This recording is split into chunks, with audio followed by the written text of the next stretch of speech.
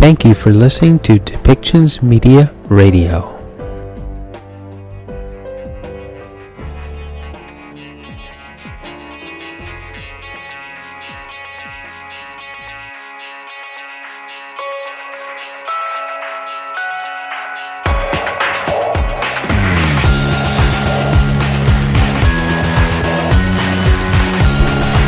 Welcome to Policy and Rights, the show about government policy and human rights.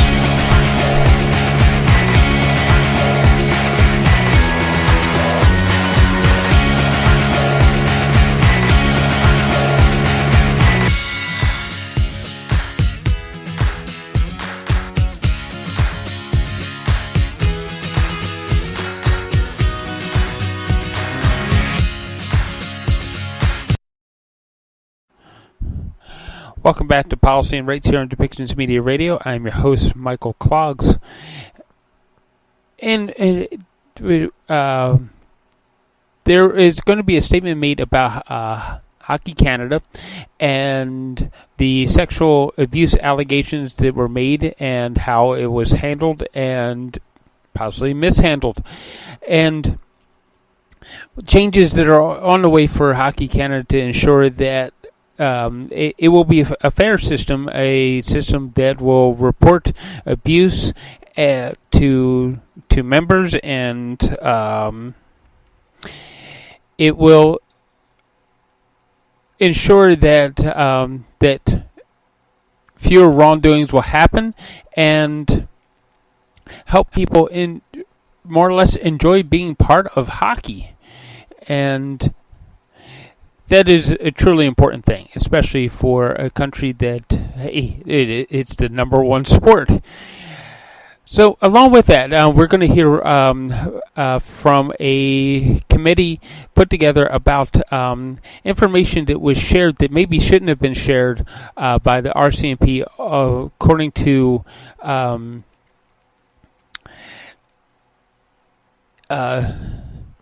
a conservative MP on Parliament Hill, Raquel Dancho, and she is concerned about some of the information that was shared in the investigation about the Nova Scotia shooting that maybe should not have been shared with the public and may have hindered investigations and into what actually happened that day in Nova Scotia with the shootings.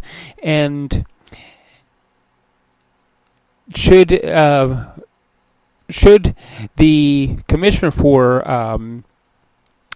the RCMP have received political pressure to discuss certain information or not? So let's hear what they have to say about the subject and what actually happened in the press conference and what the discussion is truly all about, with sharing information with the public about what happens in ongoing police investigations and other ethics that may happen between government and the police.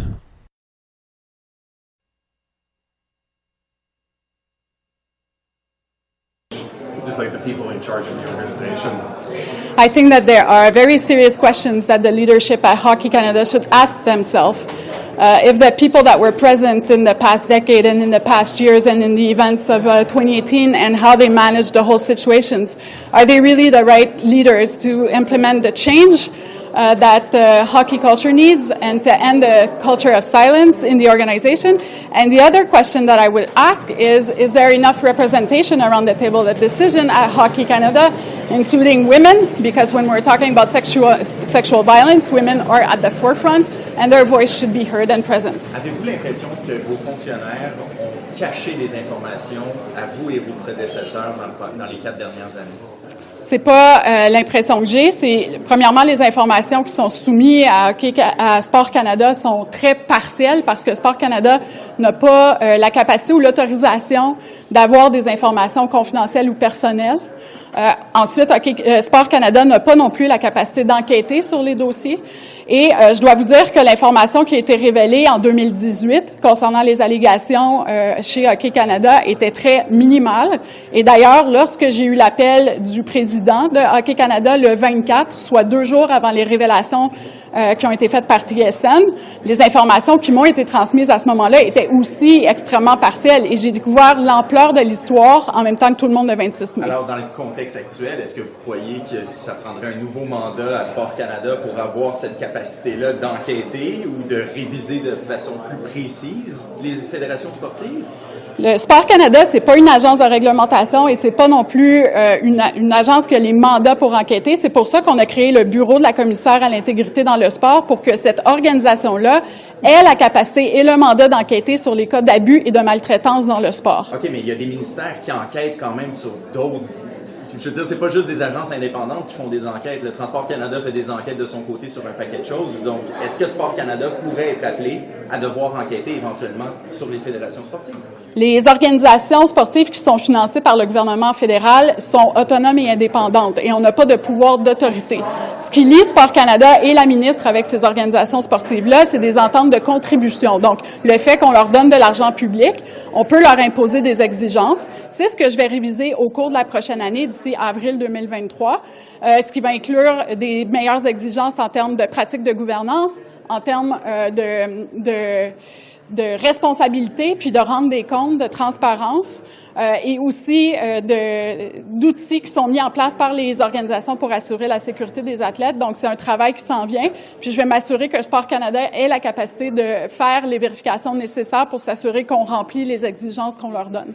Minister, I take your point that it's not a regulatory organization, but at the beginning of your remarks, or somewhere in your remarks, you said that the message to people is that if they see something or they witness something, they need to report it. They need to talk about it. So does that not apply to Sport Canada when it's in possession of information that there may have been some very serious crime taking place? Do they not need to report it to your office?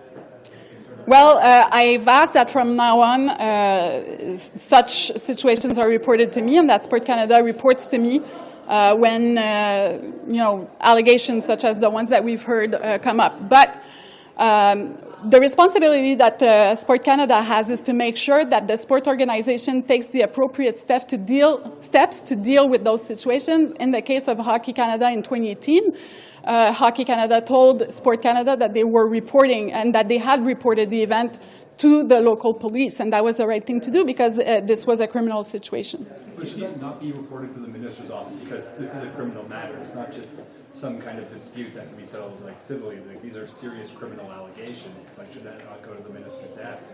Well, from now on, I've asked that they are reported to me. Do you have any more information to provide about the 45 complaints that you mentioned at the last committee hearing? Do we know if all those are sexual assault in nature, and have any of them resulted in settlements that you're aware of? No, they're not all of sexual nature. Some of them are about psychological harassment, other situations of abuse or maltreatment. Again, what Sport Canada is doing when they receive those reports is make sure that there's a process in place within the organization to deal with those cases, refer them to the appropriate instances, or have their own independent investigation. And one of the things that the athletes told me since I've started speaking with the athletes since my nomination is that very often they don't trust the system in place by the federations because the independent mechanism is paid directly by the federation. That's why my government has been working on creating the Office of the Sport Integrity Commissioner, and they have started their job on June 20th. So this is a new system where the athletes can turn to when they are facing situations of abuse or maltreatment, so that there's professional accompaniment for those athletes. Qu'est-ce que Hockey Canada doit dire demain pour vous redonner confiance? Bien, Hockey Canada doit clairement nous dire en quoi les personnes en place présentement dans les postes de leadership chez Hockey Canada sont les bonnes personnes pour faire les changements au niveau de la culture, entre autres la masculinité toxique, la culture du silence à Hockey Canada. C'est pas la première fois qu'on entend des vœux pieux par cette organisation-là. Maintenant, en quoi est-ce que ces dirigeants-là sont les bonnes personnes pour faire les changements auxquels les Canadiens et les Canadiennes ont droit? Les joueurs de hockey, les parents, et ils doivent faire la démonstration que vraiment c'est les bonnes personnes. Et j'émets des doutes sur la représentation, entre autres, de la voix des femmes au sein de Hockey Canada. Merci. C'est la dernière question. C'est quoi les changements que vous voulez demander à Hockey Canada sur ce témoignage de demain? Premièrement, il y ait de la meilleure prévention au niveau des violences sexuelles, donc de l'éducation, de l'accompagnement auprès des jeunes hockeyeurs, 2003-2018, 2 événements importants, pour leur expliquer qu'est-ce qu'est le consentement des comportements toxiques, le respect des femmes, le respect de leur consentement, de leurs droits, et aussi qu'il y ait beaucoup plus d'encadrement des joueurs dans le cadre des célébrations, sur la consommation d'alcool et tout ce qui peut mener à des sexuels inacceptables et inappropriés dans notre société. Et ça, c'est des actions concrètes sur le terrain. C'est pas juste des paroles qui doivent être dites, c'est des actions qui doivent être prises au quotidien. Merci beaucoup.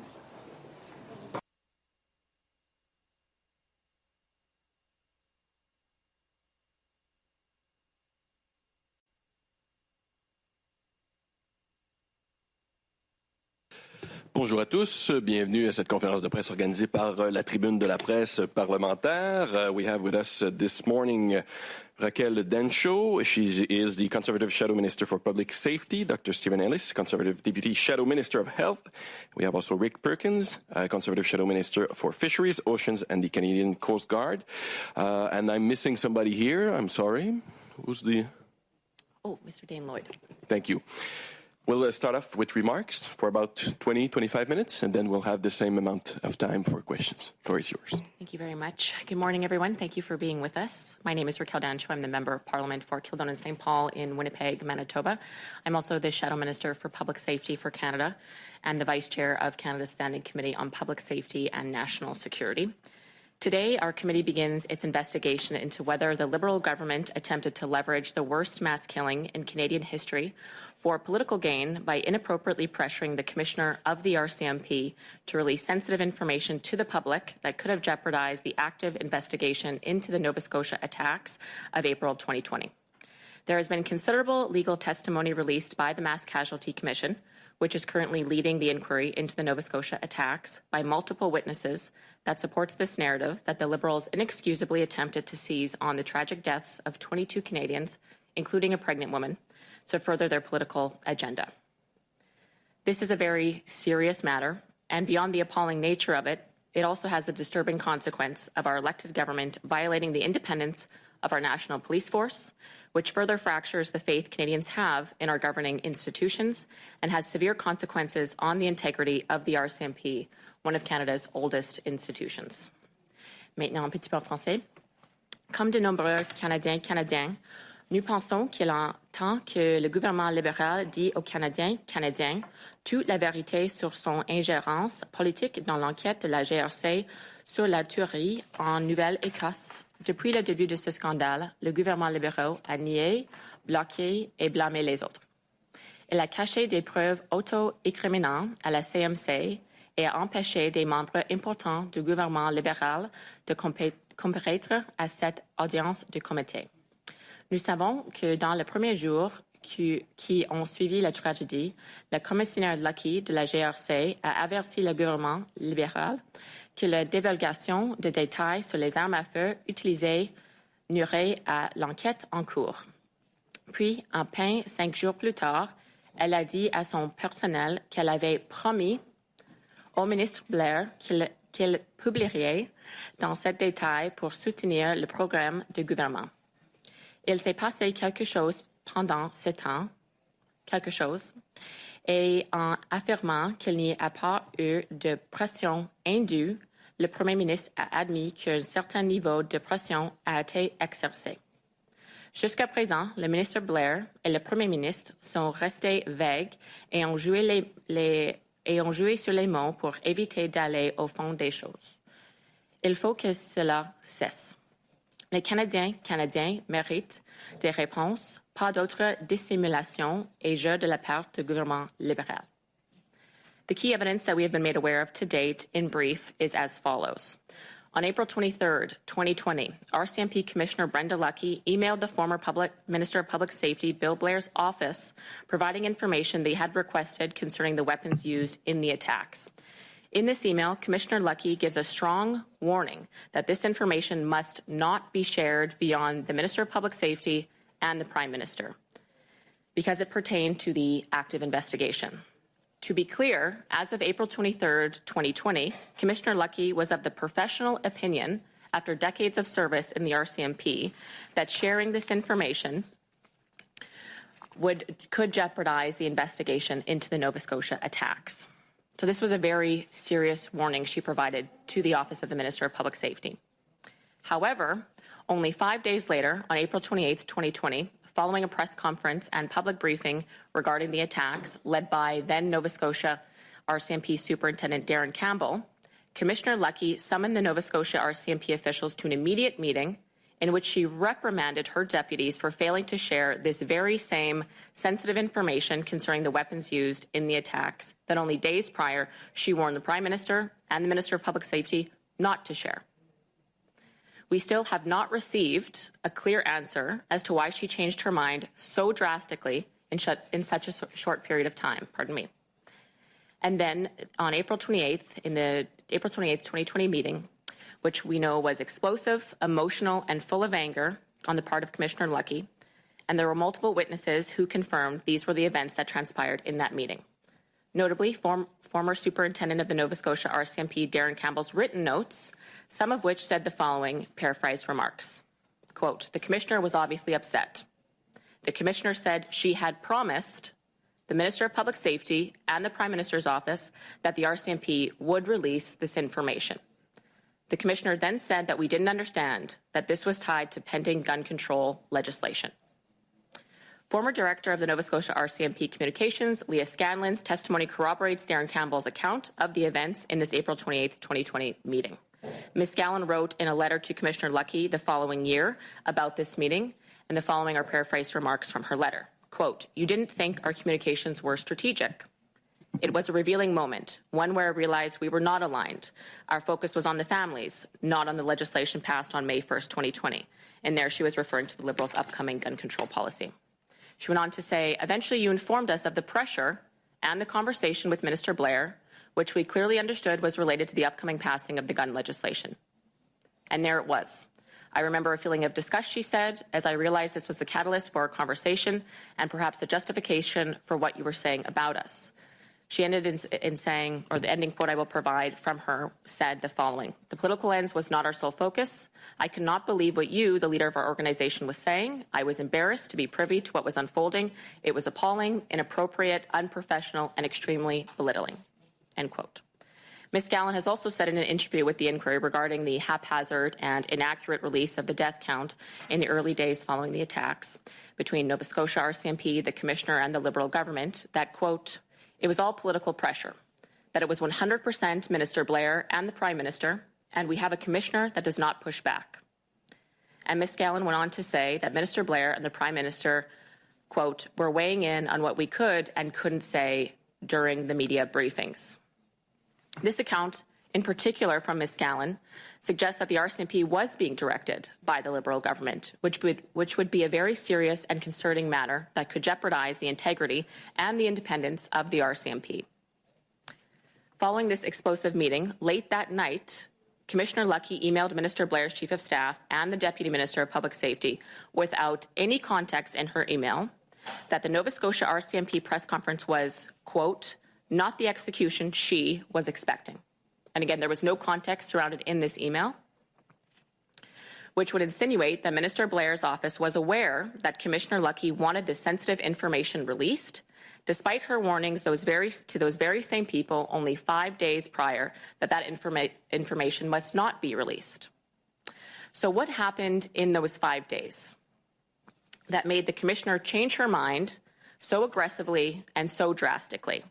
She is a 30-year professional in the RCMP, and it does not make sense that she came to this conclusion, this about-face, on her own.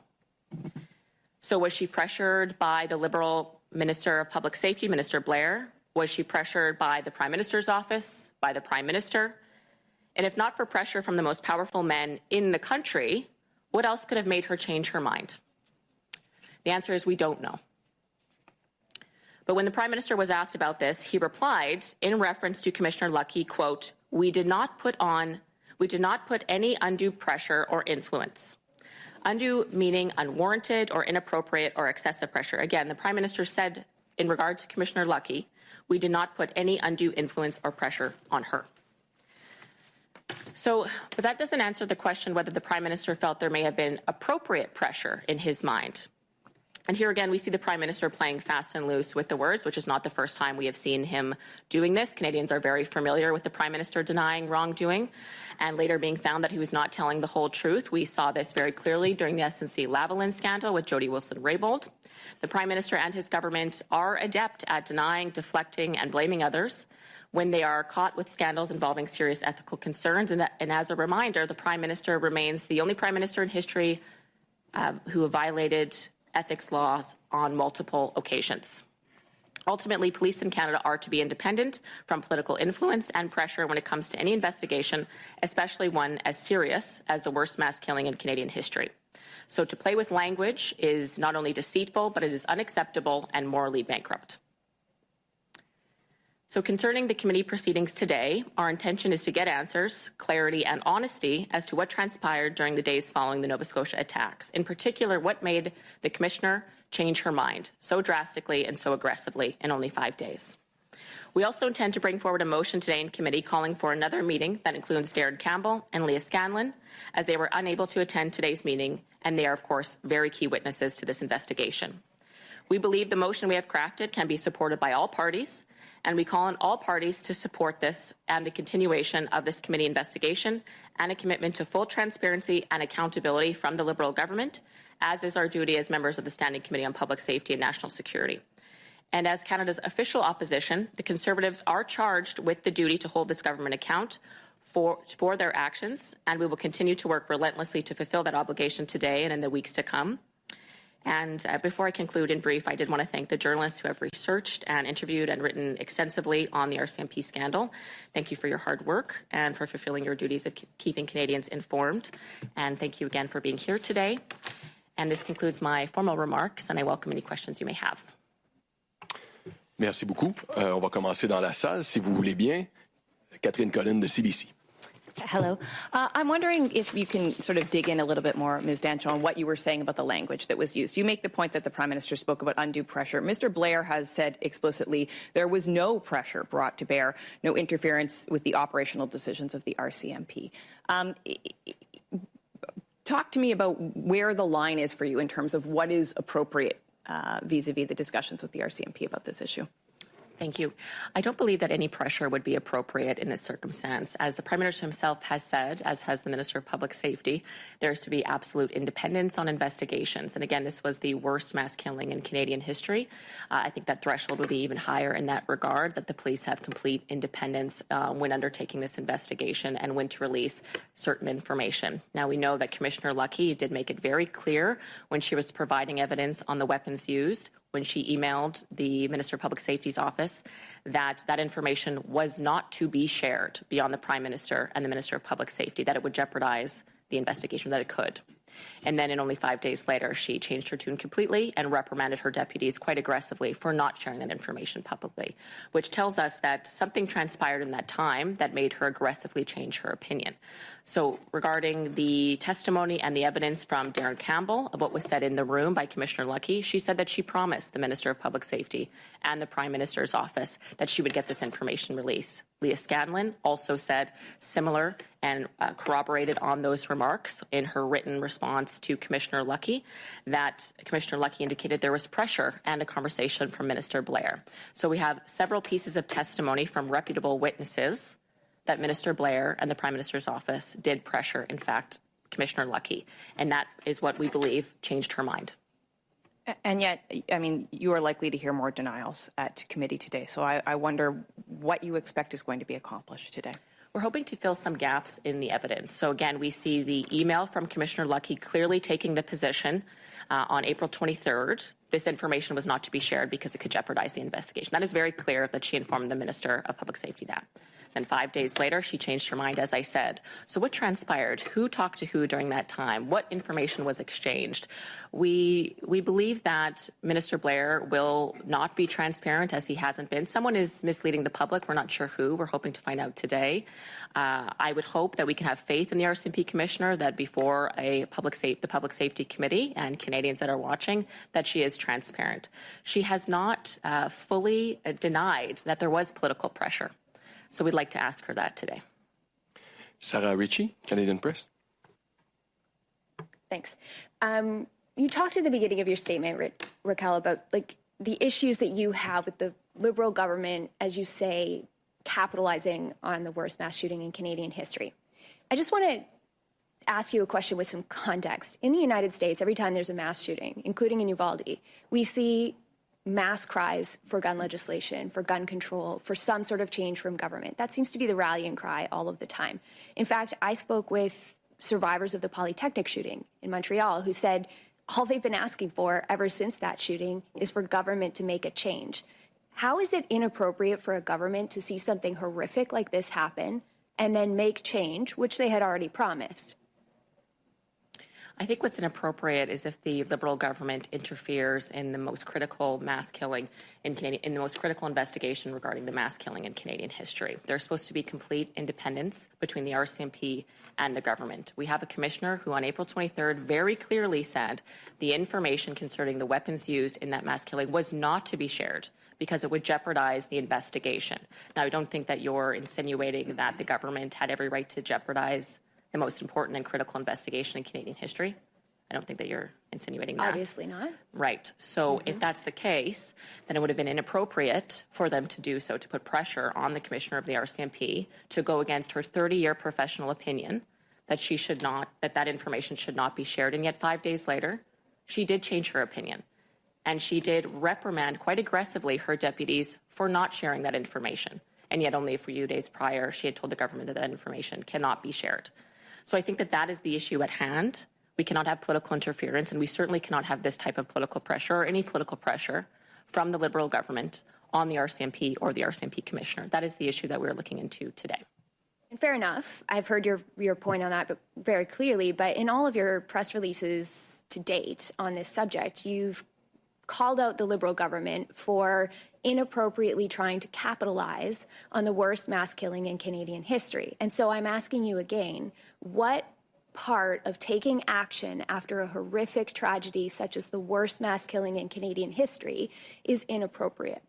Again, I think when the Commissioner of the RCMP or head of the RCMP gives the professional opinion that if that information regarding the weapons used in the mass killing was publicized, was made public, that would jeopardize the investigation.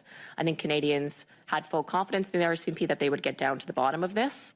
And so to think that the Liberal government would risk jeopardizing that critical investigation for political gain, I think is appalling and disgusting, and gross interference in the political independence of the RCMP. The idea that the Liberal government would put political gain over the integrity of the investigation is extremely serious, and that is why we have the Investigation of Public Safety Committee. That is why all parties agreed to investigate this. But I do believe we should refer to Dr. Stephen Ellis regarding how your constituents, Dr. Ellis represents the families of Portapique, how your constituents have responded to the allegations that the Liberal government has politically interfered in, or may have politically interfered and put political pressure on Commissioner Lucki to, frankly, violate her professional opinion that information at that time should have remained confidential. Well, thanks very much, Raquel, for that. And certainly I'm happy to be here today representing the people of Cumberland-Colchester. The people of Cumberland-Colchester want the answers. And all of this political interference leads us to believe that there's backdoor deals, that there's a lack of integrity in not only with the Liberal government, but how they interact with the RCMP.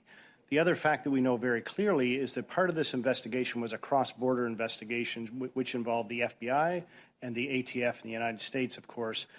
Given the sensitive nature of that, I think it makes it incredibly important, obviously, that there's no interference between the executive branch and the judicial branch here in on Canadian soil. And so when you look at those things combined together, what people really want is to have faith in the systems that we have at hand. And we know that when there's political gerrymandering to influence investigations, that people lose their faith in those investigations. And when the faith is lost, then the whole process begins to unravel, which is what we're really beginning to see here, is that people in the Portapique area and all of those who've lost families and who've been tragically affected by this are unfortunately losing faith in this particular Mass Casualty Commission, and of course in the government as a whole. So I think the other part that we need to underscore, and I know Ms. Dancho did this, but it's very, very important to understand that this is a repeated pattern behavior of this government. We will move now to questions online. I would ask people online if they want to ask a question to raise their virtual hand, please. We'll give them a few seconds. On va passer aux questions en ligne. Je demanderai aux gens qui sont branchés de lever la main s'ils ont une question à poser. Okay, let's try another way. Jacques Galland. Si vous avez une question, Toronto Star, Jacques Galland.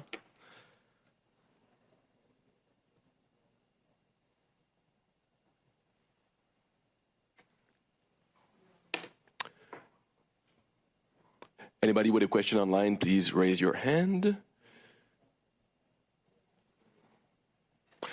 Maybe another round in the room if you guys are okay with that? Absolutely. Catherine? I have a couple of follow-up questions. Specifically, Dr. Ellis, you said a moment ago, backdoor deals, which I think implies a sort of quid pro quo. What were you referencing there? I think what we need to understand here, in the parlance that I may use as a physician or in my history in the military, when two people get together who have a similar history, perhaps two physicians or two military people, there's a way that people begin to discuss things. And I think that's perhaps the explanation that we hear here is how Commissioner Lucki and Minister Blair got together and discussed things as police officers. And the sad part about that is that we saw a change in 5 days from the position to say, no, do not release this information, to yes, release this information. And, the difficulty there is exactly what happened during those 5 days. What deals were made between Commissioner Lucki and Minister Blair to say, things need to be different here. We're not getting the information we want. We're not putting it out there in the public. We don't know the answer to those questions, and those are the answers that Canadians want to know, that people from Cumberland Colchester want the answer to. I suppose my point is that deal implies that, you do something for me, I'll do something for you. Okay, fair enough. I would like to ask Ms. Dancho about something you said in French. You referenced the severe consequences for the integrity of the RCMP in French, and I would like you to speak just a little bit about what you believe, or what you're saying, I guess, are the consequences. You feel that this has already damaged the RCMP's reputation? I think that the Canadians, over the last number of years, have had a number of questions and concerns about government institutions at large. There are, of course, a number of concerns regarding the RCMP handling of this investigation at the ground level and with the national headquarters as well. And as well with how the federal government undertook the implementation of the Mass Casualty Commission. So if it is found, if these allegations are proven to be true, if there's further corroboration on the testimony provided by Darren Campbell, Leah Scallon, and others, and it is found certainly that the Liberal government politically interfered and inappropriately pressured Commissioner Lucki to change her professional opinion from not sharing sensitive information to reprimanding her deputies for not doing that exact thing that she warned against, I think that would set a very dangerous precedent that political interference is okay if the Liberal government feels that it is warranted. I think that there are serious long-term consequences of setting that precedent, that political interference and pressure are allowed from the government to the RCMP if they feel it is justified. We need to ensure that that is stopped and that does not become a precedent-setting event. If I can just ask one more point of clarification. Sure. It seems to me at moments during all of this, in some cases you've talked about this as a prospective thing, if this is proven. But it seems to me that there are other moments that it seems already clear to you. Like you said, any amount of pressure is inappropriate. Mm-hmm. And you've basically suggested that you do believe that the government officials are lying about this. So is there a question in your mind? Is there something unresolved here about whether something wrong has gone on, or have you already made up your mind about this? I do believe Darren Campbell's account of the event that Commissioner Lucki promised the Minister and the Minister of Public Safety and the Prime Minister's office that she would have that information released. I also believe Leah Scanlon, when she wrote to the RCMP Commissioner, that the RCMP Commissioner said in that meeting that she was pressured and had a conversation with Minister Blair and that this was related to the upcoming gun control legislation. So I believe those two, and I believe the others that have corroborated this as well. I also believe the number of high-ranking former RCMP officials, including a former RCMP Commissioner, who have backed the integrity of Darren Campbell. So I think what we want to find out today is, what does Commissioner Lucki have to say about this? She hasn't had to respond to in-depth questions from members of the opposition. Today she has that opportunity. I hope that she is truthful and sheds more light on this. Again, she has not fully denied that there was political pressure. And Minister Blair also has not been questioned at length. He has been, of course, questioned by media, but he has not been questioned at length by members of the opposition. So today we have that opportunity. We also have other RCMP officials who are in the room. We'd like to see if they corroborate the the events that Leah Scanlon and Darren Campbell have said. So again, if there are a number of people in that room who say this in fact happened, a promise was, Commissioner Lucki did say there was a promise, there was pressure, there was a conversation, that's what she said, I think that further adds information to the public discourse that these events did in fact happen. But again, we want to give the opportunity for Commissioner Lucki and others to respond to our questions, and I think it's important to be cautious with our language. Sarah, another question? So, as you mentioned, this is one of the first opportunities that parliamentarians will have to hear from a lot of the high-ranking officials who were involved in that investigation. I'm curious, as my colleague mentioned, you might just get stonewalled. You might hear more denials today. Is there any intent from your group to take this opportunity to try to find out more about what was going on behind the scenes in that investigation, to find out more about why Commissioner Lucki was, as the testimony has said, so angry with the communications? Absolutely. That will certainly be a focus of our questioning today. Absolutely. Mm-hmm. Okay. I think we have a question online from Dylan Robertson. Dylan, the floor is yours. Hi there. A question for Ms. Dancho. I'm just wondering if you're planning to seek documents or records of communications, and if you can speak to the extent of that, if you started to piece together what a request from the committee might look like, how extensive we're talking, or if you feel that the Commission sort of already had enough of a dragnet of files. Yes, thank you, Mr. Robertson, for your question.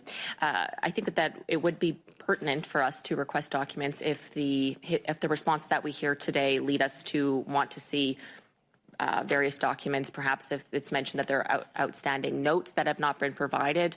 There are a number of things that could come up today. So we're going to play it by ear, see what comes up, and whatever is required, we will certainly request that the individuals that the written document that have documents provide those to the committee. Again, this is meeting one of what we expect will be an extensive committee investigation into this. This is our first day. We're going to see how it goes. But certainly if it's found that there are any documents outstanding that have not been reviewed by the public, then certainly we would ask for those. Follow up? Sure, and I'm just wondering, when it comes to confidentiality of documents, just given the sort of lack of answers that you've gotten so far, if you're prepared to have that as a reason for these documents, if you have any thoughts on how to meet that balance between transparency and protecting confidential information, if your committee's put any thought into dealing with that issue. Well, we certainly can't control what the government redacts, as we know, and this brings up another issue that I didn't mention today, but that you're all aware of, and that's the Department of Justice withheld the 4 key pages of Darren Campbell's notes, which I've outlined extensively today. They initially withheld those for quite some time, despite providing 132 pages of his other notes, but they mysteriously withheld those 4 pages. So we've put forward this motion already, and it will be included in our motion today, that Minister David Lametti and officials should be invited to committee to answer as to why those 4 pages in particular was heard. This is also bolstered by the MCC's second subpoena that they submitted recently to the federal government, demanding that they release all documents relevant to this investigation, indicating that they are not convinced that the Liberal government has been forthcoming with all documents. So we expect that they will answer that subpoena quickly and with transparency, and we expect the same degree of accountability in committee today and in the weeks to follow. Madame Dancho, est-ce que vous permettez que je vous pose une dernière question en français? Comme il n'y en a pas eu, est-ce que vous voulez essayer ou vous n'êtes pas à l'aise? C'est comme vous préférez. Si vous voulez, I'll try. On s'essaie. D'après vous, quelle est la preuve la plus accablante en ce moment qu'il y a eu pression de la part du bureau du premier ministre ou de M. Blair à l'endroit de Mme Lucki? Quel est peut-être l'indice ou la preuve que vous avez entre vos mains en ce moment qui vous permet de dire il y en a eu? Je pense que la meilleure preuve est les notes de Darren Campbell qui dit que le commissioner a promis à ministre Blair et le bureau de la première ministre qu'elle va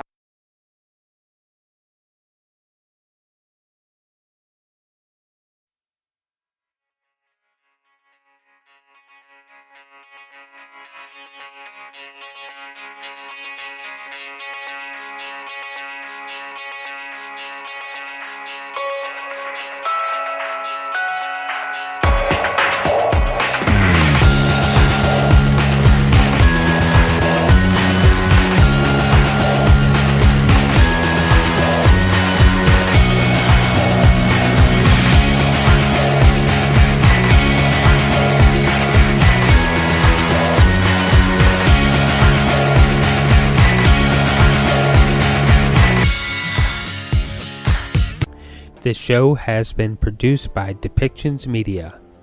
Please contact us at depictions.media for more information.